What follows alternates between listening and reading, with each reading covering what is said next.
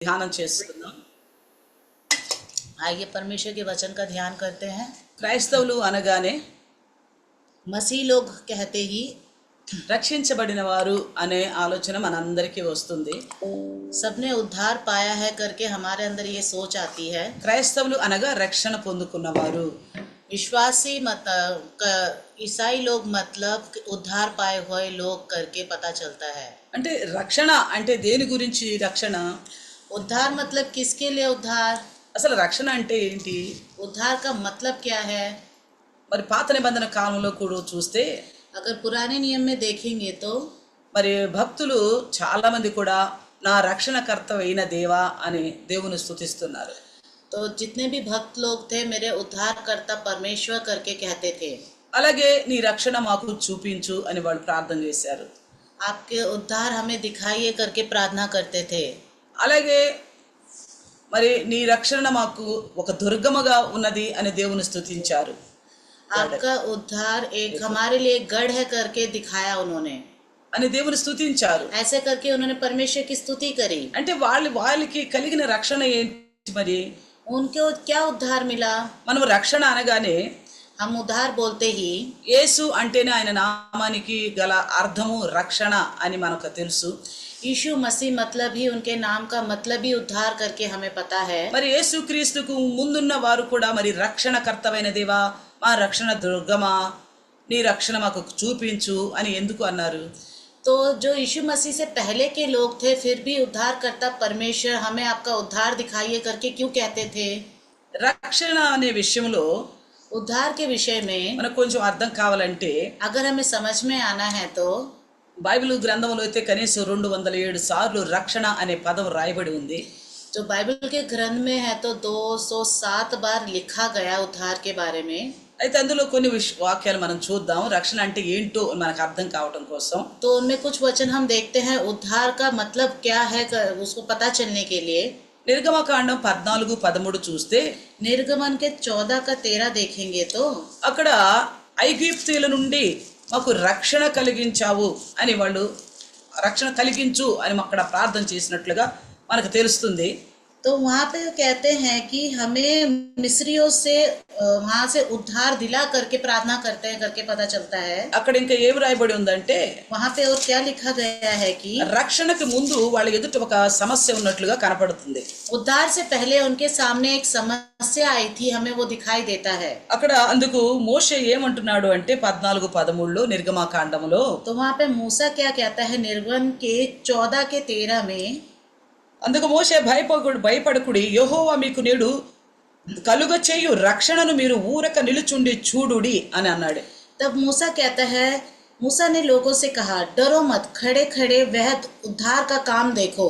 అంటే రక్షణ మీరు కేవలం నిలబడి చూడండి భయపడాల్సిన పని లేదు అంటున్నాడు. तो मूसा कहता है उद्धार को केवल आप खड़े खड़े देखो, कुछ करने की जरूरत नहीं है, భయపడాల్సిన అవసరం లేదు. डरना नहीं है। వాళ్ళు ఎందుకు భయపడుతున్నారు? वो क्यों डर रहे हैं? అందరికీ తెలిసిన విషయమే. सबको यह विषय पता है। రెండు వైపులేమో కొండలు వాళ్ళకి అడ్డుగా ఉన్నాయి. दोनों तरफ तो पहाड़ उनके लिए एक रुकावट बन रही थी। వెనక చూస్తేనేమో ఐగుప్తీయుల యొక్క సైన్యము వాళ్ళని తరుముతున్నది. पीछे देखेंगे तो मिस्री की जो सेना है वो उनका पीछा कर रहे थे। ముందు చూస్తేనేమో ఎర్ర సముద్రం ఉప్పొంగి పొర్లుతా ఉంది. सामने देखेंगे तो लाल समुद्र, बहुत ही गहराई से भरा हुआ समुद्र। అయితే ఇక్కడ ఏమంటున్నాడు మోషే? तो इसलिए यहाँ पे मूसा क्या कहता ఆ है? పరిస్థితులు చూసి భయపడుతున్న వారితో ये परिस्थिति देख के जो लोग डर रहे थे, మీరు భయపడవద్దు, ఈ రోజు దేవుడు మీకు ఒక రక్షణ కలుగు చేయబోతున్నాడు, దాన్ని కేవలం చూడండి అన్నాడు. आप डरो मत, खड़े खड़े देखो क्या उद्धार का काम होने वाला है करके कहता है। అక్కడ రక్షణ అంటే ఏంటి ఆ సందర్భంగా అక్కడే రాస్తున్నాడు. तो इसी संदर्भ में उद्धार का मतलब क्या है लिखा गया है, మీరు నేడు చూచిన ఐగుప్తీయులను ఇక మీదట మరి ఎన్నడూను చూడరు. जो यहोवा आज तुम्हारे लिए करेगा, क्योंकि जिन मिस्रियों को तुम आज देखते हो उनको फिर कभी ना देखोगे। అంటే ఐగుప్తీయులు తరుముతూ వస్తున్నారు. जो मिस्री लोग हैं वो पीछे से उनका पीछा कर रहे हैं। ముందెళ్ళమంటే సముద్రం అడ్డుగా ఉంది. आगे जाने के लिए समुद्र बीच में आ गया। కుడి ఎడమ పక్కల కొండలు ఉన్నాయి, పారిపోలేరు. दाएं और बाएं पहाड़ है और भाग नहीं सकते हैं। మరి ఇంత పెద్ద సైన్యము ఇంత పెద్ద గుంపు ఎక్కడికి వెళ్ళాలి ఈ పరిస్థితుల్లో? जो मूसा के साथ जितने भी लोग थे, इतने बड़े लोग, इतने ज्यादा लोग, उन सबको लेके कहाँ जाएंगे? ఆ భయముతో ఉన్న వారిని అంటున్నాడు, రక్షణను కేవలం నిలబడి చూడండి.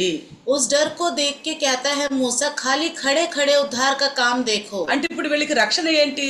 तो मतलब इनको उद्धार का क्या है? ముందుకెళ్తేనే వాళ్ళు సముద్రంలో పడి మునిగిపోవచ్చు, आगे जाएंगे तो समुद्र में डूब के मर जाएंगे, అక్కడే ఉన్నా వెనక్కెళ్ళినా గానీ మరి ఐగుప్తు సైన్యం వీళ్ళను చంపేస్తుంది. अगर वहीं खड़े रहेंगे तो जो मिस्री लोग जब कब से उनका पीछा कर रहे हैं वो लोग उन्हें मार डालेंगे। అయితే అప్పుడు ఆ సమయంలో మోషే ఏమంటున్నాడంటే, उस समय मूसा क्या कहता है कि ఇప్పుడు మీరు చూస్తున్నారే మీ శత్రువు మీ ప్రాణహాని కలిగించే ఆ ఐగుప్తీయులను మీరిక చూడరు, అదే మీకు రక్షణ. वो मूसा कहता है, अभी जो तुम देख रहे हो मिस्री लोगों को जो तुम्हारी जान के खतरे में है, फिर कभी उनको नहीं देखोगे करके कहता है। అనగా వారిని మరి దేవుడు వీరి కోసం హాని కలిగించని విధంగా చేయబోతున్నాడు. तो उनके लिए, इजरायली लोगों के लिए परमेश्वर मिस्रियों के वहां से कोई भी हानि नहीं होने वाला करके बता रहा है। అది మనందరూ తెలిసే ఏం చేశాడు దేవుడు? आप सबको पता है क्या किया परमेश्वर వారి ने? చేతి నుండి కాపాడటం కోసం उनके हाथों से बचाने के लिए ఆ ఎర్ర సముద్రం పాయలుగా చేసి వీరి ఇజ్రాయెల్ అందరిని దాటించాడు. लाल समुद्र को 2 भाग किया, पूरा सूखा कर दिया धरती को, और को वहां से पार कराया। ఆ తర్వాత తరుముకుంటున్న వస్తున్న ఆ ఐగుప్తు సేన కూడా ఆ సముద్రంలోకి వచ్చారు. जो मिस्री लोग जो इजरायलियों का पीछा कर रहे थे वो लोग भी समुद्र में आए, एंटर तो किया। అయితే వాళ్ళు ఇజ్రాయెల్ దాటినట్లుగా మేము కూడా దాటుతాం అనుకుని వచ్చారు.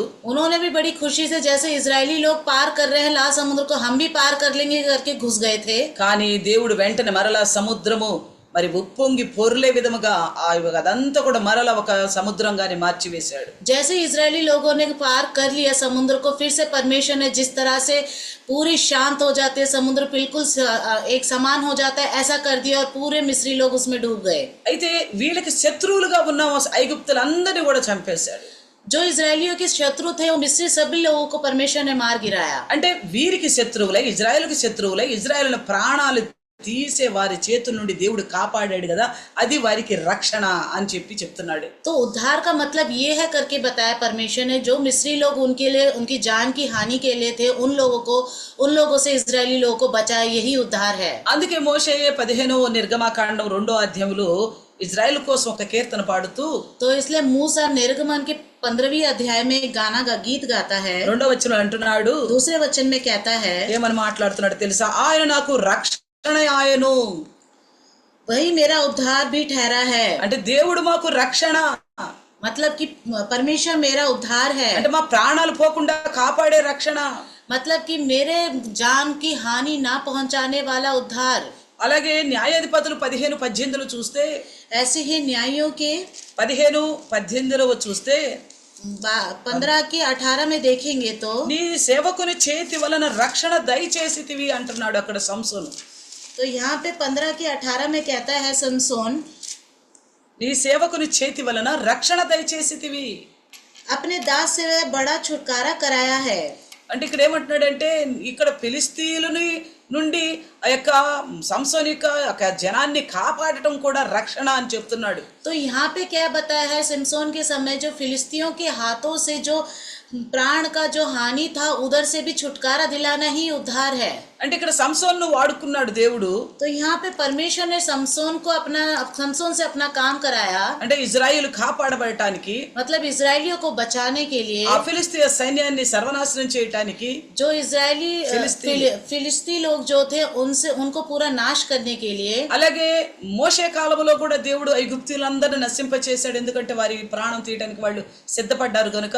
ऐसे मूसा के समय में भी मिस्री लोगों को, जो उनके इजरायलियों की जान की हानि के पीछे पड़े थे, उनको भी परमेश्वर ने नाश किया। అందుకే మొదటి సమూయేలు 11:13 అంటాడు, तो ऐसे ही पहले समूएल के 13 के 11:13 11 के 13 में देखेंगे तो, ఇజ్రాయేలు దేవుడు రక్షణ కలుగు చేసెను అని ఆయన కూడా తెలియపరుస్తున్నాడు. तो पहला समूएल 11 के 13 में देखेंगे तो, आज के दिन कोई क्योंकि आज यहोवा ने इस्राएलियों को छुटकारा दिया है। ఆ ఇజ్రాయేలుకి రక్షణ ఎవరి ద్వారా రక్షణ కలిగింది అక్కడ? तो इस्राएलियों को कहाँ से उद्धार मिला है? ఇక్కడ సౌలు మాట్లాడుతున్నాడు. तो यहाँ पे शाऊल बात करता है, గొలియాతు యొక్క చేతి నుండి దావీదు ద్వారా రక్షించబడ్డ విధానాన్ని బట్టి ఇదిగో ఇజ్రాయేలులకు రక్షణ కలుగు చేసెను అంటున్నాడు. तो देखिए गोलिया इस दाऊद के हाथों गोलियात को मरवाया और हमें परमेश्वर ने उद्धार दिया है करके शाऊल बोलता है। అలాగే మొదటి సమయాలు 14:14 చూస్తే तो पहले समूएल के 14 में देखेंगे तो రక్షణ కలుగు చేసిన యోనాతాను అనే మాట అక్కడ మనకు కనిపిస్తుంది. तो यहाँ पे भी बताया है कि हमारा सहार जो योनातान है करके बताया है। అంటే రక్షణ అనేది యోనాతాను ద్వారా మాకు దొరికింది అని యోనాతాను పక్షంగా కొందరు మాట్లాడుతున్నారు సౌలుతో. तो शाऊल से कुछ लोग कहते हैं कि हमारा उद्धार योनातान से मिला है करके कहता है। అంటే ఆ ఫిలిస్తీన్ల విషయంలో కూడా యోనాతాను పోరాడినట్లు ఆ శత్రువును నశింప చేసినట్లు అందుకు మాకు రక్షణ కలిగింది అంటున్నాడు. तो यही बताया गया है कि फिलिस्तीनियों से योनातान ने हमें बचाया है और हमें उद्धार मिला है करके लोग कहते हैं। అంటే ఇప్పుడు మనకి ఏం అర్థం అవుతుందంటే तो यहाँ पे हमें क्या समझ में आता है మనకి कि శత్రువుల నుండి కాపాడబడదాన్ని కూడా మనం రక్షణ అంటాం. जो हमें शत्रुओं से बचाया उस समय उसको भी हम उद्धार कहते हैं। అంటే ఇక్కడ పాత నిబంధన కాలంలో అందుకే దేవుని రక్షణకర్తవైన దేవా అని వాళ్ళు స్తుతించారు. तो पुराने नियम में भी इसलिए लोगों ने पुकारा उद्धार करता परमेश्वर करके। అయితే फिर మరి ఇప్పుడు కొత్త నిబంధన కాలంలో మరి రక్షణ మనకి ఏ దేశాలతో మనకి ఇప్పుడు ఆ ప్రస్తుతమైతే యుద్ధాలు మొదలైనవి కానీ तो हमें अभी जो प्रेजेंट में है अभी तो युद्ध तो हो रहे हैं मगर हमें उद्धार कहाँ से मिलेगा? అయితే మన విషయమైన రక్షణ గురించి మరి 2024 సంవత్సరాల క్రితమే तो हमारे उद्धार के लिए 2024 साल पहले ही మరి రక్షణ గురించిన ఒక పేరు ఒక నామము ప్రకటించబడింది. तो उद्धार के और तौर से एक नाम को पुकारा गया था। ఇంతకు ముందు అయితే యెహోవా దేవుని రక్షణకర్తవైన దేవా అని స్తుతించారు. तो इससे पहले तो यहोवा परमेश्वर को उद्धार करता परमेश्वर करके पुकारा। అయితే ఇక్కడ రక్షణకు ఒక పేరు ఇచ్చి భూజనులందరిని రక్షించడానికి దేవుడు ఒక చిత్తము కలిగి ఉన్నాడు. तो ये पूरे दुनिया को बचाने के लिए एक उद्धार करता परमेश्वर करके एक नियुक्त किया है। అయితే అది ఎక్కడ మనకు కనిపిస్తుందంటే तो वो हमें कहाँ पे दिखाई देगा? మత్తయి సువార్త మొదటి అధ్యాయం 21వ వచనంలో చూస్తే मत्ती सुसमाचार के पहले अध्याय के 21 में देखेंगे तो అక్కడ యోసేపు గారితో మరి దేవుని దూత మాట్లాడుతూ तो वहाँ पे यूसुफ से परमेश्वर का दूत बात करते हुए ఇదిగో ఆమె ఒక కుమారుని కనుతుంది, वो एक पुत्र को जनेगी, ఆయన తన ప్రజల పాపం నుండి వారిని రక్షించును, वह अपने लोगों को उनके पापों से उद्धार करेगा, ఆయన పేరు యేసు. उनका नाम यीशु है। యేసు అంటే అర్థం ఏంటో అక్కడే కింద చిన్న అక్షరాల్లో రాయబడి ఉంటుంది అదే పేజీలో. यीशु का मतलब क्या है? ये बाइबल में ही नीचे छोटे में लिखा गया है, రక్షణకర్త. उद्धार करता। అంటే యేసు అంటే రక్షకుడు. यीशु मतलब उद्धार करता। పాత నిబంధన కాలంలో అయితేనే శత్రు సైన్యం నుండి కాపాడబడటానికి రక్షణ అని చెప్పాడు. तो पुराने नियम में तो शत्रुओं की सेना से बचाने के लिए उसको उद्धार कहा गया। అలాగే ఈ కొత్త నిబంధన కాలంలో ऐसे ही नया नियम में భూజనులందరినీ కాపాడటం కోసం ఒక రక్షణకర్తను పంపించాడు. पूरी दुनिया के लोगों को पापों से छुटकारा के लिए एक उद्धारकर्ता को भेजा। మనం అనుకున్నట్లుగా 2024 సంవత్సరాల క్రితం కాలంలో ఇప్పుడు దేశాల మధ్య యుద్ధాలు మొదలైనట్లుగా లేవు ఆ దినాల్లో. 2024 साल पहले जो भी युद्ध होते थे मगर इस युद्ध के जैसा नहीं था तब का युद्ध। అంటే అప్పుడు యుద్ధాలు ఉండేవి కాదు. 2024 ఆ ప్రాంతంలో దేశాల మీద దేశాలు రాజ్యాల మీద రాజ్యాలు ఈ దినాల్లో ఉన్న పరిస్థితులు లేవు. 2024 साल पहले जो जाति पे जाति जो भी आक्रमण होते थे वो इस समय की परिस्थितियों की तरह नहीं थे। అయితే మరి ఏ రక్షణ గురించి అక్కడ మాట్లాడాడు? तो उस समय कौन से उद्धार के बारे में बात किया? పాపముల నుండి రక్షణ. पाप से उद्धार। మరి పాపులు ఎవరు? तो पापी कौन थे? అక్కడ అంటున్నాడు తన ప్రజల పాపము నుండి అని రాశాడు. तो उनके लोगों को पापों से। పాపులు ఎవరు? पापी कौन है? అందరూ పాపం చేసి దేవుని మహిమ పొందలేకపోతున్నాడని వాక్యం సెలవిస్తుంది. सब पाप करके परमेश्वर की महिमा नहीं पा रहे करके क्या लिखा हुआ అందరూ है। పాపులు ఎందుకు అయ్యారు అనేది మనకి ఆదాము నుండి మనకు తెలుసు అందరికి.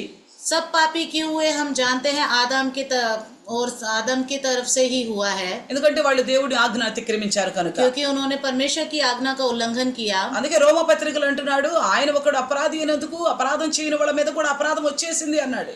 तो रोमा पत्रिका में लिखा गया है कि उन्होंने अपराध नहीं किया फिर भी पापी अपराध किया है। उन्होंने अपराध किया है फिर भी पापियों के लिए उन्होंने अपनी जान दी।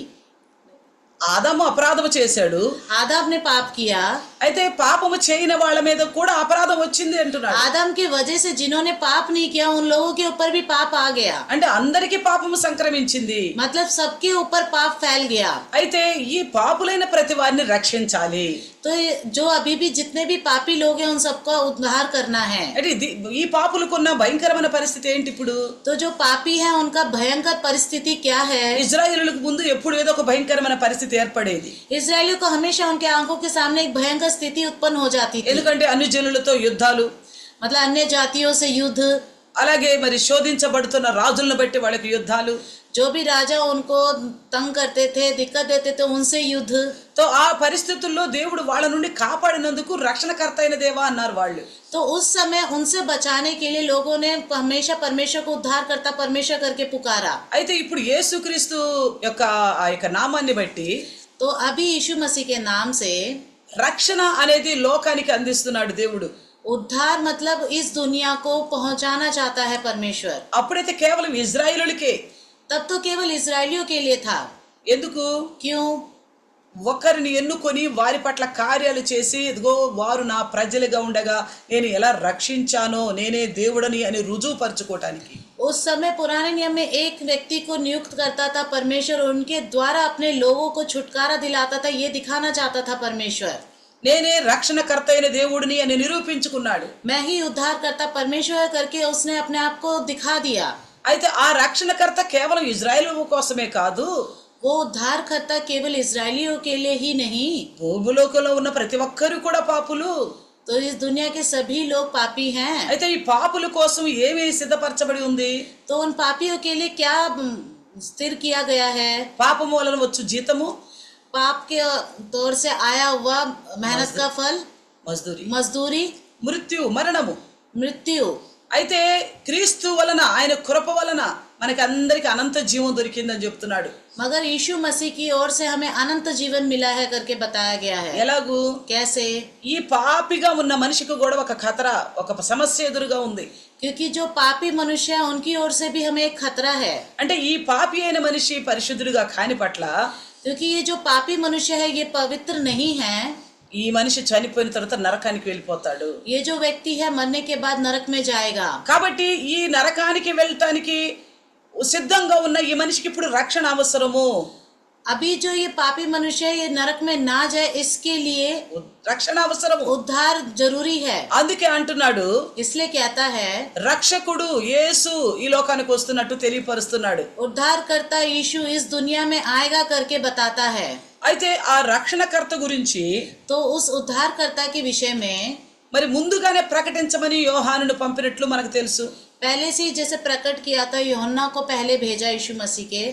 అక్కడ లోకా సువార్త 1:78 చూస్తే लूका सुसमाचार 1:78 में देखेंगे तो అక్కడ రక్షణ జ్ఞానం అనుగ్రహించాలని నీవు ముందుగా నడుపుము అని అక్కడ జకరియా ప్రార్థన చేస్తున్నాడు. तो वहाँ पे जकरिया प्रार्थना करता है उद्धार को लाने के लिए तू पहले आगे चल करके बोलता है। అంటే రక్షణకు ముందుగా యోహానును పంపించాడు.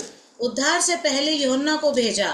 ఇంకా ఏమంటున్నాడు అంటే और क्या कहते हैं कि ఇక్కడ చూడండి యోహాన్ లోకా 3:6 అంటాడు, लूका सुसमाचार 3:6 में कहता है దేవుడి రక్షణ చూస్తారు అని యోహాను ప్రకటిస్తున్నాడు. मतलब यूहन्ना यहाँ पे प्रकट करता है कि हर प्राणी परमेश्वर का उद्धार को देखेंगे। దేవుని యొక్క రక్షణ మీరు చూస్తారు.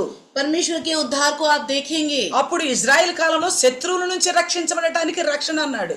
तो इजरायलियों के समय में शत्रुओं से जो भी छुटकारा मिलता था उसको उद्धार कहते थे। ఈ సమయంలో పాపం నుండి రక్షించబడటాన్ని, పాపం నుండి విడుదల పొందటాన్ని రక్షణ అని చెప్తున్నాడు. इस समय में जो नया नियम के समय में अभी जो है पापों से उद्धार मिलना ही उद्धार है करके बताया गया है। అందుకే ఆ రక్షణకు కర్త ఎవరు అనేది మనకి అనగా యోసేపుతో చెప్పబడింది. तो यीशु उद्धारकर्ता कौन है करके यूसुफ को बताया गया। ఆ రక్షణకర్త గురించి ముందుగా నువ్వు వెళ్ళి ప్రకటించాలని యోహానును పుట్టించాడు దేవుడు. उस उद्धारकर्ता के लिए पहले ही जाकर बताने के लिए यूहन्ना को पैदा किया यीशु मसीह से पहले। అలాగే యోహాను గారు వచ్చి ఆ రక్షణను మీరు చూస్తారు, దేవుని రక్షణ మీరు చూస్తారు అని ఆయన ప్రకటించాడు. तो ऐसे ही यूहन्ना ने बपतिस्मा देने वाले यूहन्ना ने ही पहले ही मार्ग सीधा किया कि तुम उद्धारकर्ता को देखोगे। అందుకే మనం చూస్తే లూకాసు వార్త 2వ అధ్యాయం 32వ వచనంలో तो ऐसे ही देखेंगे लूका सुसमाचार 2 अध्याय के 32 में, ఇదిగో నీ రక్షణ నేను కన్నులారా చూచితిని అంటున్నాడు. देखो तुम्हारे उद्धार को मैं अपने आंखों से देखता हूँ। అంటే రక్షణ అంటే యేసుక్రీస్తు ప్రభుల వారి ద్వారే రక్షణ అనేది రుజువుపరచబడుతున్నట్లుగా మనం విన్నాం. तो यहाँ पे बताया गया है उद्धार मतलब यीशु मसीह के द्वारा ही मिलने वाला उद्धार। అయితే ఇప్పుడు రక్షణ పొందాలంటే ఏం చేయాలి? तो हमें अभी उद्धार पाना है तो क्या करना है? ఎందుకంటే చాలా మందిలో ఒక అపోహ ఉంది. तो बहुत से लोगों के अंदर एक वहम है, ఎవరిలో? క్రైస్తవుల్లో. ज्यादातर जो विश्वासी लोग हैं, ఒకసారి రక్షించబడ్డాము అంటే एक बार उद्धार पा लिया तो ఇక మనం ఎలా ప్రవర్తించినా గానీ మన రక్షణ ఏమీ కాదు, మతలబు మన దూరం కాదు మనకు రక్షణ. एक बार हमने उद्धार पा लिया तो कभी उद्धार हमारे ओर से नहीं जाएगा करके सोचते हैं। అంటే రక్షణ పొందాము అన్న తర్వాత ఎలా ప్రవర్తించినా గానీ మనం రక్షణలో ఉన్నట్టే అని మాట్లాడుతున్నారు. तो उद्धार पाने के बाद सोचते हैं उसके बाद कैसा भी हमारा व्यवहार हो, चाल चलन हो, तब भी हमारा उद्धार हमारे रहेगा करके सोचते हैं। ఇక మనం తప్పు చేసినా గానీ మనకు పాపం అంటదు అంటున్నారు. अगर हमने उद्धार पाने के बाद अगर पाप कर भी लिया तो पाप हमें नहीं छुएगा करके सोचते हैं। పాపము నుండి విడిపించడానికి యేసుక్రీస్తు వచ్చాడని వాక్యం చెప్పింది కదా. पाप से छुटकारा मिलना ही यीशु मसीह का वचन कहता है ना। పాపము నుండి విడిపించడానికి యేసుక్రీస్తు ప్రభుల వారు వచ్చారు. पाप से छुटकारा के लिए ही यीशु मसीह आया है। అయితే ఆ విడుదల కలిగించిన యేసయ్యను హృదయంలో స్వీకరించామని చెప్తూ जो उस पाप से छुटकारा मिला है करके यीशु मसीह को स्वीकार करते हुए మళ్ళా పాపం చేస్తున్నారు అంటే फिर से पाप कर रहे हैं तो మరి విడుదల పొందినవాడు ఇప్పుడు ఒక జైల్లో ఉన్నవాడు విడుదల పొందాడు అంటే మళ్ళీ జైల్లోనే ఉంటాడా? मतलब जो जेल में जो कैदी है जिसने छुटकारा पा लिया फिर जाके जेल में रहता है क्या? దాన్ని విడుదల అంటావా? उसको छुटकारा बोलेंगे क्या? మనం అన్న పాపం నుండి యేసుక్రీస్తు మనల్ని విడిపించాడు. तो पाप से हमें यीशु मसीह ने छुटकारा दिलाया, అంటే మనకు రక్షణ ఇచ్చాడు. मतलब हमें उद्धार दिया। అయితే మరలా ఇంకా పాపంలో ఉంటే ఎలా మనం రక్షణలో ఉన్నట్టు? फिर हम पाप में रहेंगे तो फिर कैसे हम उद्धार में हैं? మనకు విడుదల కలిగిన తర్వాత జైల్లోనే ఉంటే ఎలా విడుదల కలిగినట్టు? छुटकारा मिलने के बाद फिर से जेल में से छुटकारा मिलने के बाद फिर से छुटकारा मिला करके हम जेल में रहेंगे तो कैसे होगा? అది రక్షణ, అది విడుదల అని చెప్పబడుతుందా? तो वो छुटकारा करके कहा जाएगा क्या? అయితే చాలా మంది క్రైస్తవుల అపోహ ఏంటంటే तो बहुत से विश्वासी लोगों के अंदर एक वहम है कि మనం రక్షించబడ్డాము, हमने तो उद्धार पा लिया, యేసుక్రీస్తుని అంగీకరించాము, यीशु मसीह को स्वीकार किया, మనం ఎలా ప్రవర్తించినా గానీ మన రక్షణ ఎక్కడికి పోదు, మనం ఇక పాపులం కాదు అంటారు. हम किस तरह का भी हमारा व्यवहार हो हमारा उद्धार कहीं नहीं जाएगा, हमारा उद्धार हमारा रहेगा। तो అదే గనక కరెక్ట్ అయితే अगर वही सही है तो రక్షణ గురించి ఎందుకు కొన్ని జాగ్రత్తలు కావాలని వాక్యం సెలవిస్తుంది? तो उद्धार के विषय में बहुत से सावधानी की बातें क्यों बताई गई हैं? ఉన్నాయా లేవా? है कि नहीं बताइए। చూద్దాం బైబిల్ గ్రంథంలో. तो देखते हैं बाइबल के ग्रंथ में। మొట్టమొదటిగా చూస్తే पहले देखेंगे तो అపోస్తల కార్యం 16:30లో చూస్తే प्रेरितों के काम 16 के 30 में देखेंगे तो అక్కడ జైలు అధికారి ఉంటాడు.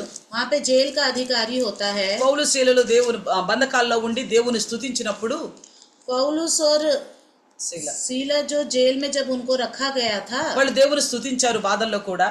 दुख में भी उन्होंने परमेश्वर की स्तुति करी। అయితే అదిగో భూకంపంలాగా కలిగి అన్ని కూడా మరి గోడలు పడిపోయినట్లుగా జైలు అంతా కూడా ఓపెన్ అయినట్లుగా చూస్తున్నారు. जब उन्होंने परमेश्वर की स्तुति की तो जेल पूरा भूकंप से हिल गया और बहुत से दरवाजे में तोड़ फोड़ हो गए, हिल गए। అయితే అక్కడ ఉన్న జైలు అధికారి అనుకున్నారు వీళ్ళంతా పారిపోయి ఉంటారు ఖైదీలు కదా అనుకున్నాడు. तब वहाँ के जेल अधिकारी ने सोचा ये सब तो भाग गए होंगे करके सोचा, కానీ అనుకొని తనకు తాను చంపుకోవాలనుకుంటున్నాడట. ऐसे सोच को वो अपने आप को मारना चाहता था जेल का अधिकारी। ఎందుకు? क्यों? ఆయన సమక్షంలో ఖైదీలు పారిపోయారు కాబట్టి నన్ను చంపేస్తది రోమా సైన్యం అనుకున్నాడు. जो रोमा सेना है उनके रहते हुए जेल के जितने भी चोर वगैरह थे सब भाग गए, उनके वजह से मुझे मार देंगे करके। అయితే ఇక వీళ్ళు పౌలు శీలలు గారు వెళ్ళి तो वहाँ पे जो पौलुस और सीला जो थे वो लोग जाके నీకేమో అని చేసుకోవద్దు, तो अपने आप को कोई हानि मत कर, మేమే కాదు हम ही नहीं, ఈ జైల్లో ఉన్న ఖైదీలందరూ కూడా ఇక్కడే ఉన్నాము, అవకాశం కలిగినా పారిపోలేదు. हम ही नहीं, हम इस यहाँ पे जितने भी जेल में कैदी लोग हैं वो सब यही हैं, तेरे को कोई हानि नहीं होगी।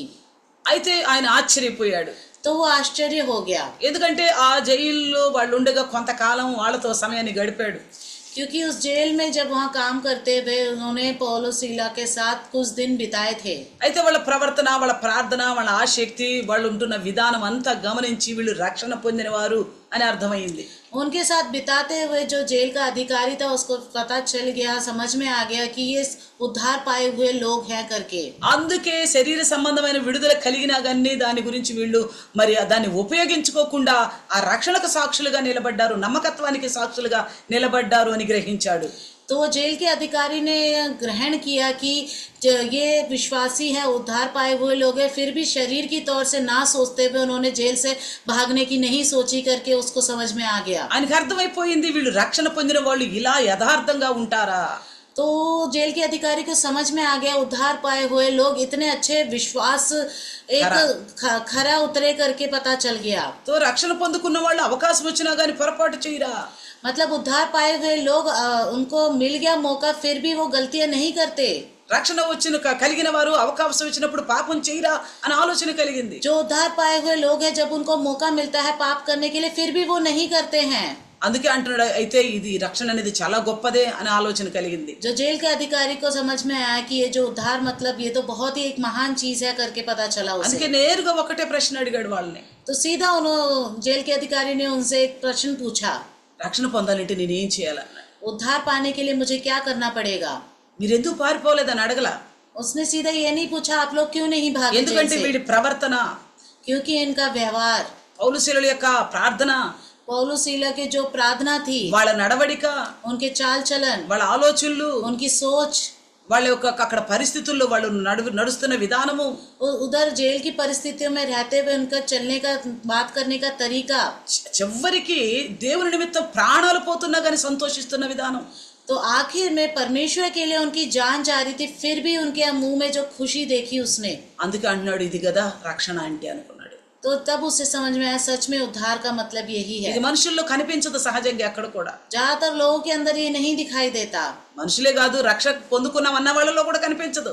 मनुष्य ही नहीं जिन्होंने उद्धार पा लिया कहते हैं उनके अंदर भी नहीं दिखाई देता। అందుకే అంటున్నాడు రక్షణ పొందాలంటే నేనేం చేయాలి అని. इसलिए जेल का अधिकारी कहता है उद्धार पाने के लिए मैं क्या करूं? అప్పుడు వాళ్ళు ఏమన్నారు, तब उन्होंने क्या कहा, నువ్వు విశ్వాసం ఉంచు, आप विश्वास रखो, నీవు నీ ఇంటి వారు కూడా రక్షించబడతారు, నువ్వే కాదు అన్నాడు. आप विश्वास रखो, आप ही नहीं और आपका पूरा परिवार उद्धार पाएगा करके कहते हैं। అయితే ఎవరి మీద విశ్వాసం ఉంచాలి? तो किसके ऊपर विश्वास रखना है? అందుకు రోమపత్రిక 10వ అధ్యాయం 10వ వచనంలో చూస్తే, तो ऐसे रोमियो के 10 में देखेंगे तो యేసుని ప్రభు అని నీ నోటితో ఒప్పుకొని यीशु मसीह को प्रभु करके अपने मुंह से अंगीकार कर దేవుడు ఆయన మృతుల్లో నుంచి లేపాడని హృదయంలో విశ్వసిస్తే परमेश्वर ने उन्हें मृतकों में से जिलाया करके आप विश्वास रखेंगे तो నువ్వు రక్షించబడుదువు. तो आप उद्धार पाएंगे। అది అయితే ఈ విశ్వసించడానికి సాదృశ్యంగా వాక్యం ఏం సెలవిస్తుంది? तो ये विश्वास रखने के लिए सादृश्य क्या वचन बताता है? మార్కు సువార్త 16:16 ఏమంటుంది? मरकुस के 16:16 में क्या कहता है वचन? విశ్వాసము అనగా నమ్మిక, నమ్మి బాప్తిసం పొందినవాడు రక్షించబడును. विश्वास मतलब भरोसा रखना, నమ్మి బాప్తిసం పొందినవాడు రక్షించబడును. जो विश्वास कर कर बपतिस्मा लेता है उद्धार पाता है। అయితే ఇప్పుడు వాళ్ళకి నమ్మిక కుదిరింది ఇక్కడ జైలు అధికారికి. तो यहाँ जेल के अधिकारी को विश्वास तो हो गया, అయితే అతనికి ఇప్పుడు బాప్తిస్మం గురించి మరి అవసరం అంటారా? तो बपतिस्मा उसको जरूरी है क्या? అయితే మరి పౌలు వాళ్ళు వెళ్ళి వాళ్ళ ఇంటి వాళ్ళందరూ కూడా బాప్తిస్మ ఇచ్చినట్లుగా అక్కడ చూస్తున్నాం. तो हम देखते हैं यहाँ पे पौलुस जी जाकर उनको और उनके पूरे परिवार को बपतिस्मा देता है करके देखते हैं। అయితే ఎందుకు బాప్తిస్మ అనే విధానాన్ని గుర్తు చేశాడు దేవుడు? तो क्यों बपतिस्मा का जो तौर तरीका है वो हमें याद दिलाता है परमेश्वर? ఎందుకు బాప్తిస్మ గురించి ప్రత్యేకంగా యోహాను పంపించాడు? क्यों बपतिस्मा के लिए यहाँ पे पहले ही यूहन्ना को भेजा? ఇది దేవుని ఉద్దేశమైందా లేదా? ये परमेश्वर का उद्देश्य है कि नहीं? అందుకే కదా శాస్త్ర పరిసలు కూడా భయపడ్డారు. तो इसलिए ना शास्त्री और फरीसी डर गए थे। ఇదిగో ఈ బాప్తిస్మ అనేది దేవుని నుండి కలిగిందా మనుషుల నుండి కలిగిందా అని యేసు వాళ్ళని అడుగుతాడు. तो यीशु मसीह उनसे पूछता है कि ये बपतिस्मा लोगों की ओर से आया या परमेश्वर की ओर से आया है? వాళ్ళు భయపడిపోయి శాస్త్ర పరిసయులు वो शास्त्री फरीसी डर कर దేవుని నుండి కలిగిందంటే మీరెందుకు తీసుకోలేదు అంటాడు. परमेश्वर की ओर से आया बोलने से आपने क्यों नहीं लिया करके पूछेगा। దేవుని నుండి కాదు మనుషుల నుండి కలిగింది అన్నాం అనుకో, परमेश्वर की ओर से नहीं मनुष्य की ओर से आए कहेंगे तो ఈ యోహాను శిష్యులు వాళ్ళని వెంబడిస్తున్న వాళ్ళందరూ పట్టుకుని మమ్మల్ని తంతారు. యోహन्ना और योहन्ना के जो शिष्य हैं जो सब उसका साथ रहते हैं वो हमें पकड़ के मारेंगे. అందుకని వాళ్ళు ఏం చెప్పలే. इसलिए शास्त्री फरीसी ने कुछ नहीं बोला. ఈ దినాల్లో కూడా బాప్తిసం దేవుని నుండి కలిగిందో మనుషుల నుండి కలిగిందో అర్థం కాక బాప్తిసాలు తీసుకోవట్లే జనం. आज के समय में भी लोग सोचते हैं कि परमेश्वर की ओर से आया या लोगों की ओर से आया करके बपतिस्मा नहीं लेते हैं. యేసుక్రీస్తు ప్రభులు వారు స్వయంగా తీసుకున్నారు. यीशु मसीह ने स्वयं रूप से लिया है बपतिस्मा. యేసుక్రీస్తు ప్రభులు వారు స్వయంగా బాప్తిసం ఇచ్చాడు. यीशु मसीह ने स्वयं लोगों को बपतिस्मा दिया है. యేసుక్రీస్తు ప్రభులు వారు స్వయంగా బాప్తిసం ఇవ్వండి సర్వలోకానికి వెళ్ళి అని చెప్పాడు. यीशु मसीह ने स्वयं रूप से बोला है कि पूरे दुनिया में फैल जाओ और सबको बपतिस्मा दो करके कहा है. బలి అయితే యేసుక్రీస్తు ప్రభులు వారు ఒక్కసారి అయ్యారు. बलि तो एक ही बार यीशु मसीह एक बार हुए हैं. అందుకని మీరు కూడా బలి అవ్వండి అని మనకు చెప్పలా. फिर आप भी बलि हो करके हमें नहीं बोला. నేను బాప్తిసం తీసుకున్నాను, ఇది మాదిరికరం, ఇది నీతి యావత్తు జరగాలి కనుక ये बपतिस्मा लेना ये तो होना ही है, ये धार्मिकता की ओर से दिया गया है करके बोलता है. కాబట్టి అందరూ కూడా బాప్తిసం తీసుకోవాలా. इसलिए सबको बपतिस्मा लेना है. తీసుకున్నామంటే ले लिया का मतलब అది నమ్మికకు సాదృశ్యం. वो विश्वास का सादृश्य है. దేనికి నమ్మిక? किस पे विश्वास? యేసుక్రీస్తు ప్రభుల వారే నా పాపం నుండి నన్ను విడిపిస్తాడు అనే నమ్మిక. यीशु मसीह ही मेरे पापों से मुझे छुटकारा देगा करके विश्वास. అందుకు ఆయన్ని ప్రభువుగా ఒప్పుకోవాలి నోటితో. इसलिए अपने मुंह से उनको अंगीकार करना है, वो ही प्रभु है. అలాగే దేవుడే ఆయన్ని మృతుల్లో నుండి లేపాడని హృదయంలో విశ్వసించాలి, అనగా క్రీస్తు జీవించి ఉన్నాడని విశ్వసించాలి. तो हमें ये भी विश्वास करना है कि परमेश्वर ने ही उन्हें मृतकों में से जिलाया और यीशु मसीह ही उद्धार करता है करके हमें विश्वास करना है. అయితే బాప్తిసం తీసుకునే వాళ్ళు ఎలా బాప్తిసం తీసుకోవాలట? तो बपतिस्मा लेने वालों को कैसे बपतिस्मा लेना चाहिए? అపోస్తల కార్యం 2వ అధ్యాయము మరి 37, 38 నుండి చూస్తే, प्रेरितों के काम 2 अध्याय के 37, 38 నుండి చూస్తే 37 और 38 में देखेंगे तो బాప్తిసం ఎలా తీసుకోవాలంట? बपतिस्मा कैसे लेना है? మారు మనసు, मन फिराओ, పాప క్షమ, पाप की क्षमा, పశ్చాత్తాపముతో బాప్తిసం తీసుకోవాలి. అందుకు సాదృశ్యమే బాప్తిసం అన్నాడు. पश्चाताप से बपतिस्मा लेना है, उसका सादृश्य ही बपतिस्मा है. అంటే మనం ఇప్పుడు క్రీస్తుని ఎరగక ముందున్న మనసిక మన దగ్గర ఉండకూడదు. यीशु मसीह को जानने से पहले जो हमारा मन था बपतिस्मा के बाद नहीं होना అంటే चाहिए. అది దాన్ని మారు మనసు అన్నాడు. तो उसी को मन फिराओ कहते ఆ हैं. మారు మనసు రావాలంటే ఏమి రావాలి? वो मन फिराओ करना है तो क्या करना है? పశ్చాత్తాపం కలగాలి, నేను పాపిని అని. पश्चाताप होना है कि मैं पापी हूँ करके. అలాగే పశ్చాత్తాపం కలగ తర్వాత ఏమంటున్నాడు? पश्चाताप होने के बाद क्या करना है? పాపాలకు క్షమ దొరికిపోతుంది. पापों से क्षमा मिलती है. అందుకే వాక్యం ఏమంటున్నాడంటే, इसलिए वचन क्या कहता है कि ఏమంటున్నాడు? దైవ చిత్తానుసారమైన దుఃఖము రక్షణార్థమైన మారు మనసు కలిగించును. जो परमेश्वर की ओर से जो दुख होता है वो उद्धार के लिए हमें मन आगे फिरा। मन फिरा होता है और हमारा उद्धार होता है. అదే 2వ కొరింథీ పత్రిక 7వ అధ్యాయం 10వ వచనంలో రాయబడి ఉంది. दूसरा कोरिन्थियों 7వ అధ్యాయము 7वां अध्याय 10వ వచనంలో ఈ మాట రాయబడి ఉంది. 10वें वचन में ये बात लिखी गई है. అంటే మనకు పశ్చాత్తాపం ఎలా రావాలి? तो हमें पश्चाताप कैसे आना है? అలా కాదు, మారు మనసు పొందమన్నాడు. ఇక నుంచి ఒక ముందు మనసులాగా ఉండను, మంచిగా ఉంటాను అని అటు తీసుకునేది బాప్తిసం కాదు. बपतिस्मा मतलब ये नहीं है कि मैं पहले की तरह नहीं रहूंगा, अब अच्छे से रहूंगा करके बोलना ही खाली बपतिस्मा नहीं है. అట్లా పెళ్లిళ్ళు వాగ్దానాలు చేస్తారు, అలాంటిది కాదు ఇది. ये शादियों में वादा करते ना एक दूसरे से, वैसा वादा नहीं है ये. ఇక్కడ ఏమంటున్నాడు? यहाँ पे क्या कहता है? పశ్చాత్తాపం రావాలా, पश्चाताप होना है. తనకు తాను స్వయముగా అనుభవం కలిగి ఉండాలి, తన మనసును ఒప్పింప చేసుకోవాలి, తను పాపిని అని గ్రహించాలి. उसके अंदर मन में खुद ही होना चाहिए कि मैं पापी हूँ, उसको खुद ग्रहण करना चाहिए मैं पापी हूँ करके. నా పాపాల కోసం ప్రాయశ్చిత్తంగా యేసుక్రీస్తు చనిపోయాడు అని నమ్మాలా. उसको खुद ग्रहण करना है कि मेरे पापों के लिए ही यीशु मसीह ने क्रूस में जान दी करके. అందుకే అంటున్నాడు, ఆ విధమైన దుఃఖము, అది దైవ చిత్తానుసారమైన దుఃఖము నీలో కలగాల, నీ హృదయం కలగాల, నీ కళ్ళంట కన్నీరు కారాల. तो यही कहता है कि आपके हृदय में वो पश्चाताप आना है और आपके आंखों से आंसू निकलने हैं कि यीशु मसीह ही मेरा उद्धार करता है करके. నా పాపాల కోసం ఆయన ప్రాయశ్చిత్తం కావించాడు, ఆయన చనిపోయాడు అని. मेरे पापों के लिए वो क्रूस में बलि हो गए करके तुम्हें पश्चाताप होना है आंसू बहाते हुए. అందుకే అంటున్నాడు, అది దైవ చిత్తానుసారమైన దుఃఖము. तो ये परमेश्वर की ओर से आया हुआ दुख है. ఈ దుఃఖము ఏం చేసుకొస్తుందంట? ये दुख क्या लाता है? మారు మనసు అవసరం అని చెప్తున్నాడు కదా 2:38 అపోస్తల కార్యములో. प्रेरितों के काम के 2 के 38 में कहता है ना कि మారు మనసు, मन फिराओ। ఎలాంటి మారు మనసు? किस तरह का मन फिराओ? రక్షణార్థమైన రక్షణను కలిగించే మారు మనసు. उद्धार देने वाला मन। ఇప్పుడు రక్షణ పొందుకున్నాము, మా పాప స్వభావం అలాగే ఉన్నా పర్వాలేదు అంటే అది ఎలా రక్షణార్థమైన మారు మనసు? हमने उद्धार तो पा लिया मगर हमारा जो पाप का स्वभाव है वह ऐसे ही है, तो फिर वो कहाँ का उद्धार है? అది రక్షణార్థమైన మారు మనసు కాదు కదా. वो अपना मन फिराव का उद्धार नहीं है ना। అందుకే इसलिए ఇక్కడ ఏమంటున్నాడు చూడండి, यहाँ पे क्या कहते हैं कि రక్షణ పొందుకున్నాము అని మాట్లాడే వారితో उद्धार पा लिया करके कहने वालों से మొదటి కొరింథీ పత్రిక पहला कुरिन्थियों 15వ అధ్యాయము 15वें अध्याय 2వ వచనంలో, दूसरा वचन, నీవు విన్నదాన్ని గట్టిగా పట్టుకుంటే ఆ సువార్త వలన నీకు రక్షణ కలుగుతుంది. उसी के द्वारा तुम्हारा उद्धार भी होता है यदि उस सुसमाचार को जो मैंने तुम्हें सुनाया था स्मरण रखते हो। ఏది విన్నాం మనం సువార్త? तो हमने कौन सा सुसमाचार सुना है? మనం పాపులమి, हम पापी हैं। పాపముల నుండి విడుదల కలిగించడానికి యేసయ్య మన కోసం పుట్టి రక్తం గార్చి చనిపోయాడు. पाप से हमें छुटकारा देने के लिए परमेश्वर ने क्रूस में जान देकर मर गए। కాబట్టి ఆ సువార్తను గనక మనం నమ్మి గట్టిగా పట్టుకోవాలి. तो उसी सुसमाचार को हमें विश्वास रखकर अच्छे से पकड़ के रहना है। అదేదో వస్తువు కదా ఇలా గట్టిగా పట్టుకోవడానికి. वो कोई वस्तु नहीं है कोई उसको ऐसा टाइट की पकड़ के रखने के అంటే लिए। ప్రగాఢమైన నమ్మకం మన హృదయంలో ఉండాలి. पूर्ण रीति से पूरा विश्वास हमारे मन में होना चाहिए। అది రక్షణ సువార్త అంటున్నాడు. సువార్త వలనైన రక్షణ तो అంటున్నాడు. वही कहते हैं कि उद्धार से पाया हुआ, सुसमाचार की ओर से पाया हुआ उद्धार। సువార్త మనకి మారు మనసును గురించి ప్రకటించబడుతుంది. सुसमाचार जो है हमारे उद्धार के लिए प्रचार किया जाता है। మారు మనసు గురించి ప్రకటించబడుతుంది. मन फिराव के लिए प्रचार किया जाता మారు है। మనసు రక్షణార్థమైనదిగా ఉండాలి అని ప్రకటించబడుతుంది.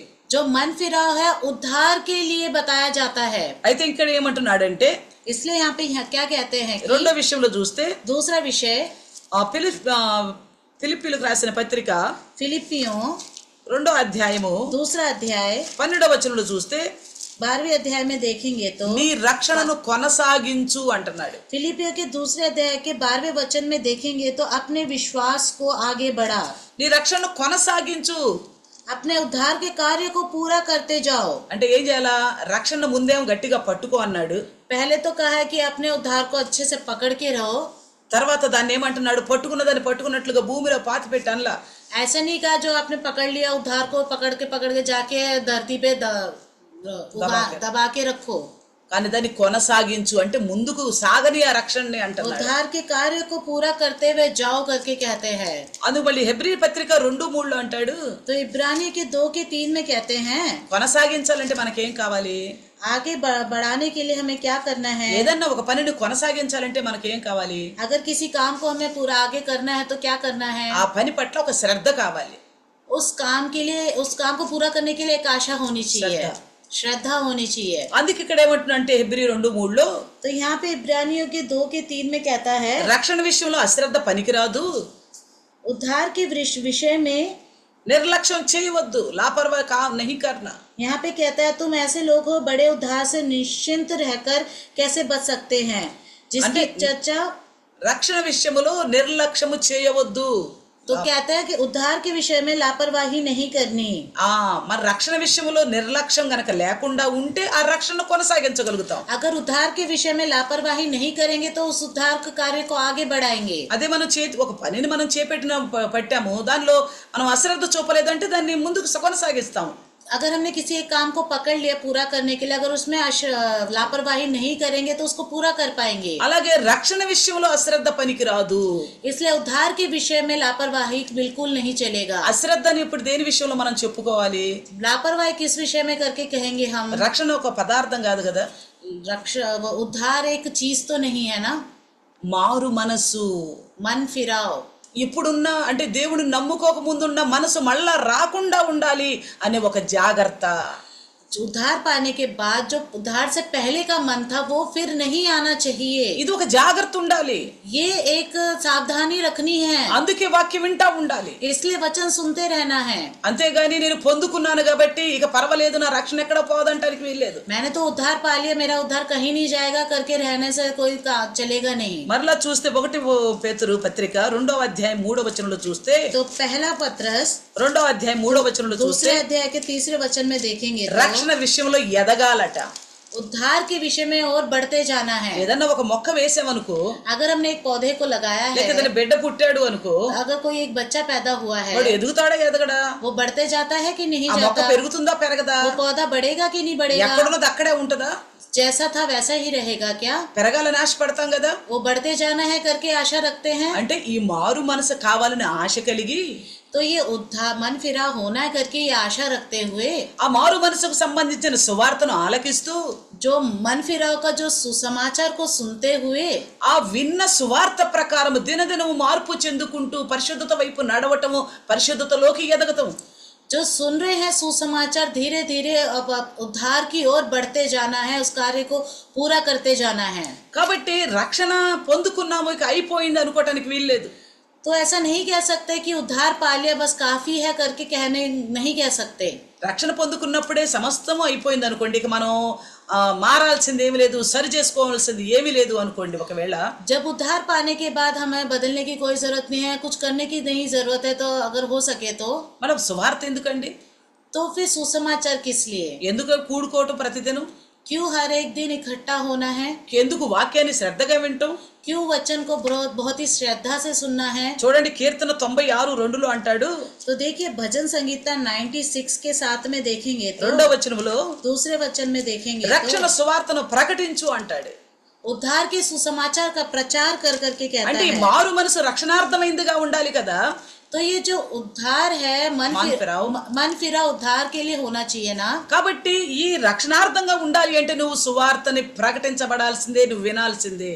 तो ये मन फिराव का होना तो तुम्हें सुसमाचार सुनना ही है और प्रचार भी करना है। అలాగే రక్షణ ఇంకా కాపాడుకోవాలి అంటే ఇంకో పని కూడా చేయాలట. अगर अपने उद्धार को बचाए रखना है तो एक और काम भी करना है। అపోస్తలుల కార్యం 2:21 చూస్తే, प्रेरितों के काम के 2:21 में देखेंगे तो, ప్రార్థన చేస్తే కూడా రక్షణలో స్థిరంగా ఉంటామంట. प्रार्थना करेंगे तो उद्धार में स्थिर रहेंगे। ప్రార్థన చేయాల్సింది ఖచ్చితంగా. రక్షణ పొందుకున్నామే, అది చాలా విలువైంది కాబట్టి దాన్ని కాపాడుకోవటం కోసం దేవుని సన్నిధిలో ప్రార్థించాలి. तो उद्धार पाने के बाद प्रभु परमेश्वर की संगति में बैठ के प्रार्थना करना बहुत जरूरी है कि हमने उद्धार पा लिया, ఎందుకంటే ఇది చాలా విలువైంది. क्योंकि वो बहुत कीमती है। ఇది చాలా విలువైంది కాబట్టి దీన్ని అశ్రద్ధ చేయొద్దు.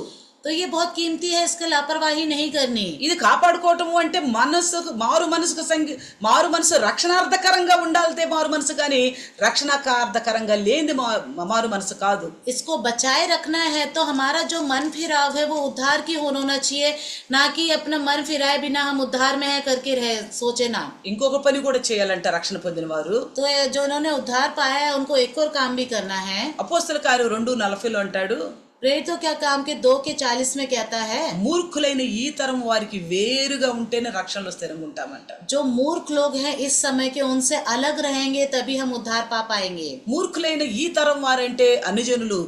मूर्ख मतलब इस समय के लोग मतलब अन्य जाति। ఇప్పుడు అన్ని జనులు అంటే మన బంధువుల్లో రక్షించబడిన వాళ్ళు ఉండారని, వాళ్ళు తల్లిదండ్రుల్లో లేక కూతురో లేక కొడుకో అయితే వాళ్ళతో దూరంగా ఉందామా? मतलब अन्य जाति मतलब हमारे ही परिवार में होते हैं कुछ लोग जो विश्वासी नहीं होते, क्या उनसे हम अलग हो जाएंगे? चाहे भाई बहन माता पिता कोई भी हो, కొడుకైనా కూతురైనా बेटा हो या बेटी हो, వాళ్ళు యేసుక్రీస్తు నమ్ముకోలేదు కాబట్టి, इन्होंने यीशु मसीह पर विश्वास नहीं किया इसलिए, కాబట్టి వాళ్ళతో మనం అసలు కలవకూడదు అంటామా? तो उनसे बात नहीं करनी, उनसे मिलना नहीं है करके कहेंगे क्या? అలా అనుకుంటే నాకు రక్షణ వచ్చేదా? ऐसा सोचेंगे क्या तो मुझे उद्धार मिलेगा? అలా అనుకుంటే మరి నాకు నా భర్తే ఒకప్పుడు యేసుక్రీస్తు నమ్ముకోలేదు, అతనితో నేను కలవకూడదంటే నేను దూరంగా వెళ్ళిపోతే ఆయన ఎలా రక్షించబడేవాడు? एक समय पे मैंने विश्वास किया था, मेरे पति ने विश्वास नहीं किया, तो उन्होंने विश्वास नहीं किया करके मैं उनसे अलग तो नहीं हुई ना। ఎందుకంటే ఆయన కూడా రక్షించబడాలి, యేసుక్రీస్తు అందరికీ ప్రభువుగా. तो उनको भी उद्धार मिलना है करके मैंने प्रार्थना किया, क्योंकि यीशु मसीह सबके लिए परमेश्वर है। కుటుంబంలో ఒకరు రక్షించబడ్డప్పుడు వాళ్ళ ప్రార్థన బట్టి వాళ్ళ పవిత్రమైన ప్రవర్తన బట్టి అందరూ రక్షించబడటానికి దేవుడు కృప చూపుతాడు.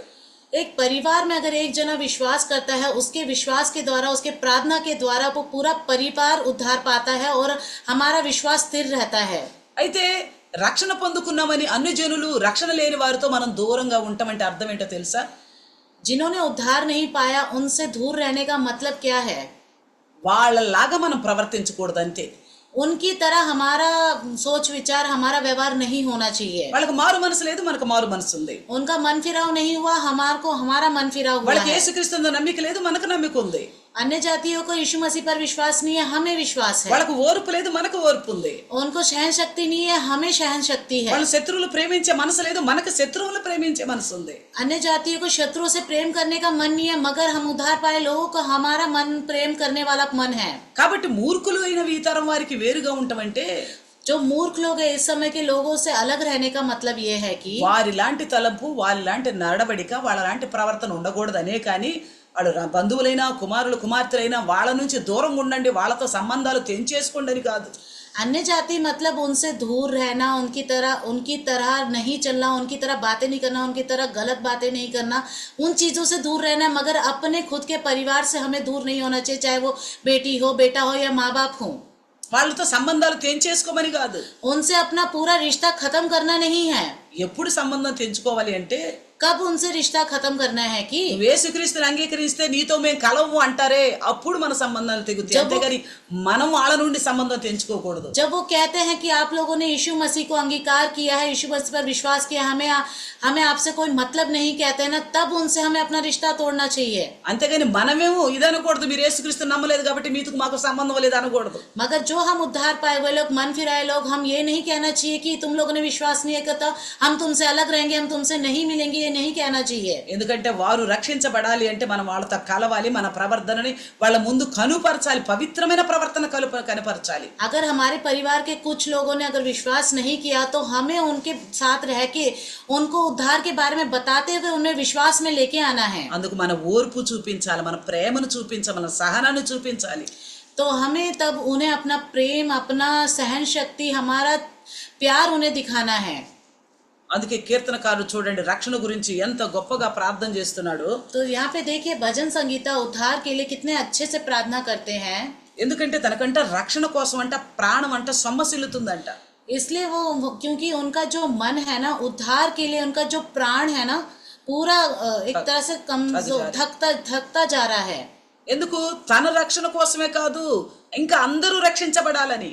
क्यों? अपने उद्धार के लिए नहीं, हर एक का उद्धार होने के लिए। అందుకే 119వ కీర్తన 81వ వచనంలో ఈ మాట రాయబడి ఉంది. तो 119 भजन संगीता में 81వ వచనం రాయబడి ఉంది. 91 में क्या 81 में कहता है, 41వ వచనంలో అంటాడు అదే అధ్యాయములో, उसी 119 भजन संगीता के 41 में कहता है, ఈ రక్షణను రాని అంటున్నాడు. आपके उद्धार को आने दीजिए। అలాగే అదే అధ్యాయములో 117 అంటున్నాడు, तो उसी अध्याय के 117 में कहता है, నీ రక్షణ కలిగేలాగా ఉద్ధరించు అంటున్నాడు. आपका उद्धार पाने के लिए हमें सहायता करके कहता है। అలాగే 123 అంటాడు అదే అధ్యాయములో, तो उसी अध्याय के 120 में कहता है, నీ రక్షణ కోసం నా కన్నులు క్షీణిస్తున్నాయి అంటున్నాడు. आपके उद्धार के लिए मेरी आंखें बाट जो रही हैं करके कहता है। అదే అధ్యాయంలో 166 అంటాడు, उसी अध्याय के 160 में कहता है, 66 में कहता है, కనిపెట్టుచున్నవి నీ రక్షణ కోసం నా కళ్ళు అంటాడు. तो आपके उद्धार के लिए मेरी आंखें इंतजार कर रही हैं करके कहता है। అదే అధ్యాయం 174 అంటాడు, उसी अध्याय के 174 में कहता है, నీ రక్షణ కోసం ఆశపడుతున్నాను అంటాడు. आपकी उद्धार के लिए मैं आशा रखता हूँ करके అదే कहता అధ్యాయం है। 132 అంటాడు, उसी अध्याय के 130 में कहता है, 132 132 అంటాడు, 132 में कहता है, నీ రక్షణ వస్త్రాలు ధరింప చెయ్యి అంటాడు. आपके जो उद्धार का वस्त्र मेरे ऊपर डाल दे करके कहता है। అలాగే 149వ కీర్తన ऐसी 140 भजन 149 में कहता है, 4వ అధ్యాయం వచనములు అంటాడు, चौथे वचन में कहता है, రక్షణతో నన్ను అలంకరించు అంటాడు. उद्धार से मुझे अलंकरित करके कहता है। అంటే రక్షణ మనం ఎంత బాగా కాపాడుకోవాలి అది చెప్తుంది దాని ప్రార్థనలో. तो हमें अपने उद्धार को किस तरह से बचा के रखना है करके बताता है। ఇక్కడ కీర్తనకారుడు తన ప్రార్థనల విషయాలు కనిపిస్తున్నాయి. तो यहाँ पे जो भजन संगीता है उनके प्रार्थना के विषय में पता चलता है। రక్షణ పొందని వారి కోసం కూడా రక్షణ ఎంత అవసరమో, తనకు అందుని గురించిన ఆసక్తి ఎంత గొప్పగా ఉందో ఆ విషయం కూడా మాట్లాడుతున్నాడు. जिन्होंने उद्धार नहीं पाया उनके उद्धार के लिए कितनी आशा लगाए रखता है, उनकी प्रार्थना में दिखाते हैं। కాబట్టి మనం రక్షణ పొందుకున్నాం, तो हमने उद्धार पाया। మన రక్త సంబంధులు కానీ మన సంతానం కానీ ఎవరైనా రక్షణ పొందకపోతే వాళ్ళు రక్షించబడాలని వాళ్ళతో ప్రేమ కలిగి ఉండాలి. अगर हमारे जो भी रिश्तेदार हों जिन्होंने उद्धार नहीं पाया, उनके उद्धार के लिए हमें उनसे मिलजुल कर अपना प्यार दिखाते हुए उनको उद्धार में लाना है। ఎందుకంటే పాపులుగా మనం ఉన్నప్పుడే మనల్ని యేసయ్య ప్రేమించాడు, ఆ మాట మర్చిపోకూడదు. क्योंकि ये बात ध्यान दीजिए, जब हम पापी थे तो परमेश्वर ने, यीशु मसीह ने हमारे लिए क्रूस पे जान दी। అప్పుడే మనల్ని ప్రేమించాడు మనం పాపులుగా ఉన్నప్పుడు. तभी हम जब पापी थे तभी उन्होंने हमसे प्यार किया। నీ వారు ఇంకా పాపులుగా ఉంటే నువ్వెందుకు ప్రేమించడానికి వెనకాడతావు? तो आपके लोग अभी भी पाप में हैं तो उनसे प्यार करने के लिए आप पीछे क्यों हटते हैं? దేవుని కంటే ఎక్కువ నీతిమంతుడుగా నువ్వేమన్నా क्या यीशु मसीह से ज्यादा धर्मी इंसान है क्या आप? ఆలోచించుకోండి. सोच लीजिए। కాబట్టి రక్షణ పొందుకున్న తర్వాత మన అలంకరణ కూడా రక్షణ లాగే ఉండాలి అంటే ఇక నా రక్షణ తప్పితే మనం కనపడకూడదు అనేది ముఖ్యంగా కనిపిస్తుంది ఇక్కడ. तो उद्धार पाने के बाद जो हमारा उद्धार का जो श्रृंगार है वो दिखाई देना चाहिए, ना कि రక్షణ అలంకరణే కనపడాలి కానీ మనం కనపడకూడదంట. तो जो उद्धार का अलंकृत जो है श्रृंगार है वही दिखना चाहिए, उसके अलावा और कुछ नहीं दिखना चाहिए। అందుకే నీ రక్షణ వస్త్రం ధరింప చెయ్యి అంటున్నాడు. तो इसलिए कहता है कि आपका उद्धार का वस्त्र मुझे धारण कर। అంటే మన రక్షణే మనలో ఉండి కొట్టొచ్చినట్టుగా కనపడాలి, అంటే మన మారు మనసు కనపడాలి. तो हमारा उद्धार ही ऐसे दिखना है, एक चमक की तरह लोगों को दिखाई देना है। అర్థమవుతుందిగా రక్షణ అంటే ఏంటో? समझ में आया ना उद्धार का मतलब क्या है? ఇజ్రాయేలులకి శత్రువు నుంచి రక్షణ ఇచ్చాడు. इजरायलियों को शत्रुओं से उद्धार दिलाया। లోకంలోని మనుషులందరూ పాపులు కాబట్టి అందరిని పాప నుంచి విడుదల కలిగించేది రక్షణ. అది యేసయ్యలో సాధ్యం. तो पूरी दुनिया पापी है, फिर भी यीशु मसीह ने उनके लिए क्रूस पर जान दिया, यही उद्धार का सादृश्य है। ఆయన యందు విశ్వసించడమే రక్షణ. उनके ऊपर विश्वास करना ही उद्धार है। అది మారు మనసు కలిగినదిగా ఉంటేనే రక్షణ, లేకపోతే లేదు. वो मन फिराव का हो तो तभी उद्धार होता है, नहीं तो नहीं होता। కాబట్టి మారు మనసు లేకుండా మా ప్రవర్తన మారకుండా నేను రక్షించబడ్డానంటే అది తప్పు. अपना व्यवहार ना बदलते हुए मैंने उद्धार पा लिया सोचेंगे तो वो गलत है। బాప్తిస్మం తీసుకోకుండా కూడా నేను రక్షణలో ఉన్నాను అనుకుంటే అది తప్పు. बिना बपतिस्मा लिए मैं उद्धार में हूँ ये सोचना भी गलत है। రక్షణ గురించిన ప్రార్థన చేయకుండా ఉంటే తప్పు. उद्धार के लिए प्रार्थना करे बिना रहेंगे तो वो भी गलत है। రక్షణ అందరూ పొందుకోవాలన్న ఆశ లేకపోతే కూడా తప్పు. और अंदर अगर उद्धार पाने की आशा नहीं है तो वो भी गलत है। రక్షణ అందరూ పొందుకోవాలన్న ఆశ లేకపోతే అది తప్పు. उद्धार सबको पाना है ये आशा ना हो तो वो भी गलत है। కాబట్టి రక్షణ విషయంలో ఆసక్తి కలిగి ఉందాం. तो उद्धार के लिए आशा बनाए रखें। నిర్లక్ష్యం పనికి రాదు అని చెప్పి విన్నాం. लापरवाही नहीं चलेगी करके కాబట్టి రండి చిన్న ప్రార్థన చేసుకుందాం. आई छोटा सा प्रार्थना करते हैं। ఈ విలువైన రక్షణ కాపాడుకోవడానికి ప్రయాసపడదాం. अपने उद्धार को बचाए रखने के लिए प्रार्थना करते हैं। सर्व सृष्टिकर्ता परमेश्वर धन्यवाद प्रभु जी. आज उद्धार का विषय को लेकर प्रभु जी कई सारे लोगों में बहुत सारे फूटे विभिन्न प्रकार की सोच है प्रभु जी. एक बार उद्धार पा लिया तो उद्धार कहीं नहीं जाएगा, हम पाप भी करें हमारे पापों का प्रायश्चित हो गए करके सोच रहे प्रभु जी. अगर उद्धार का मतलब यीशु को ग्रहण करना ही समझ रहे, ग्रहण करने के मतलब यीशु का स्वभाव को अपनाना है और मन फिराव के अनुसार का उद्धार होनी चाहिए करके आपने बताया, इन बात को भूल गए प्रभु जी. उद्धार को थामे रहना है, उद्धार को बचा के रखना है, उद्धार को विषय में लापरवाह नहीं करना है, उद्धार में बढ़ना है, उद्धार में आगे चलना है, बल और बढ़ते जाना है और उद्धार को लेकर प्रार्थना करना है, उद्धार का सुसमाचार सुनना है और सुनाना भी है. इन तमाम बातों को भूल गया प्रभु जी. उद्धार मेरे इर्द गिर्द लोग जो बिना उद्धार के लोग हैं वो उद्धार पाना है, शायद वो मेरा शत्रु क्यों ना हो, उनको भी उद्धार का सुसमाचार सुनाने के लिए उनसे मिलके रहना है, मगर उनकी से काम नहीं करना चाहिए. ये सारा फर्क ना जानते हुए कई सारे उद्धार पाया करके सोचते हैं फिर भी गलत में है प्रभु जी. ऐसा लोगों का उद्धार नहीं ठहरेगा.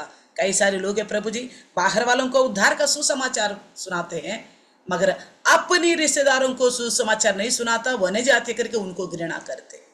ऐसा विचार किसी में ना होने पाए प्रभु जी. अंदरूनी लड़ाई ईर्ष्या झगड़ा को प्रभु जी उद्धार के नाम से दूर रखना चाहते हैं प्रभु जी. इसका मतलब उनका क्रोध, उनका ईर्ष्या, लड़ाई झगड़ा खत्म नहीं हुआ, अभी भी बरकरार है. ऐसा मनों को भी बदल दीजिए, ठीक ठीक उद्धार में खड़ा कीजिए परमेश्वर. और जितनों को उद्धार को लेकर जो लापरवाह है, सही समझ नहीं है, उन सबको अच्छी समझ देने के लिए आपने जो वचन सुनाया, इन तमाम बातों को दिमाग में रखने में और दूसरों को सुनाने में, समझाने में ताकत मिले परमेश्वर. वचन को ना भूलने पाए. छोटी सी प्रार्थना यीशु के नाम से मांगते हैं. आमीन आमीन. Praise the Lord. అందరికీ ప్రైజ్ లార్డ్. सबको प्रेज लॉर्ड. మరలా రేపు సాయంత్రం ఇదే సమయానికి